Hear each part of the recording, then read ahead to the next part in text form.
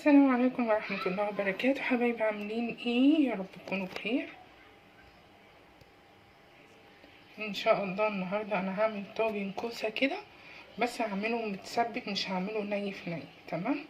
عندي طبعا الكوسة، وعندي بصلاية، وعندي الثوم دقاه، وعندي اللحم، وطبعا هحط معلقة سمنة. تمام. نبتدي بقى ونقول بسم الله الرحمن الرحيم. طبعا بقى نزلت بالبصلاية كده على معلقة السمنة،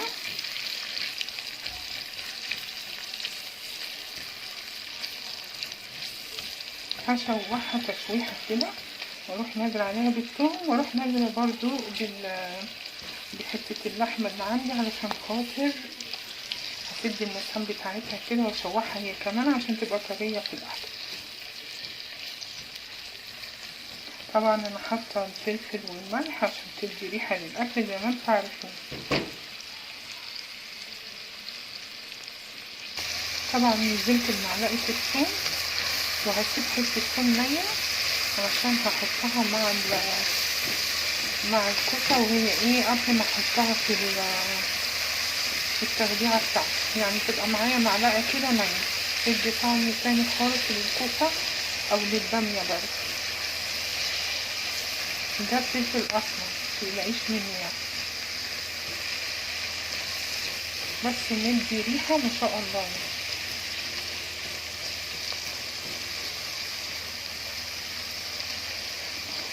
هجهز عندي اللحمة علشان اشوحها معاها.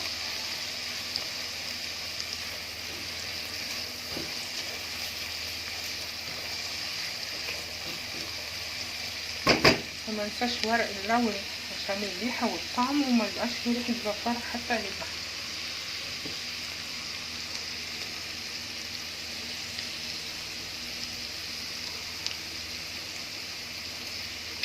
كده عندي النار بقى، وانزل باللحمة عشان الصدمة بتاعتها. تمام.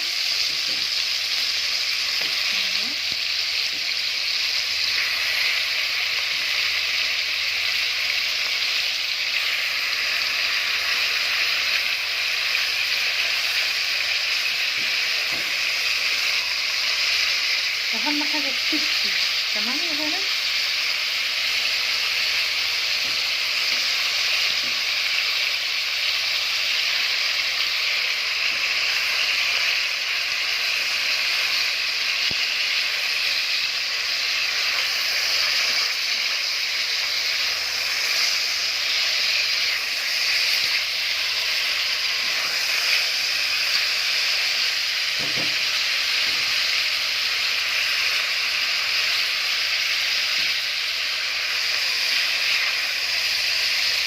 حلوة يا بنات.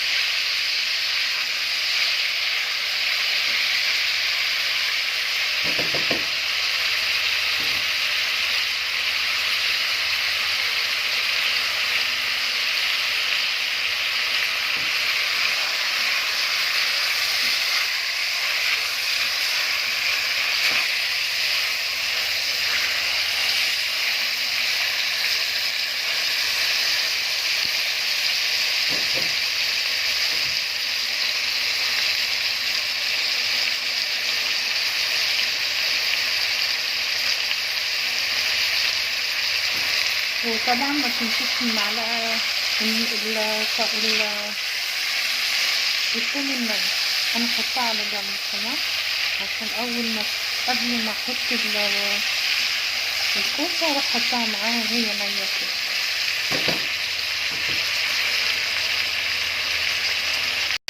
كده نزلت بالطماطم زي ما احنا شايفين، هقلبها تقليبة حلوة بقى عشان البهاريز اللي تحت دي كلها. تمام. اوطي عليها النار وهسيبها تتسبك.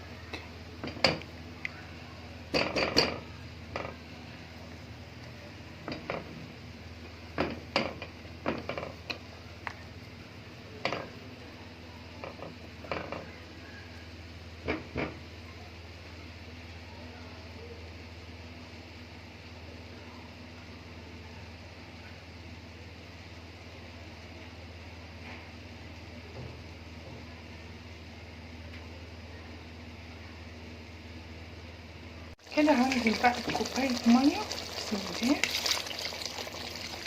بس كده، هتغلي غلوة مع اللحمة، وهروح حاطة بقى ايه الكوسة ومعاها الحمص الطبيخ. تمام. وطبعا معلقة الثوم الني.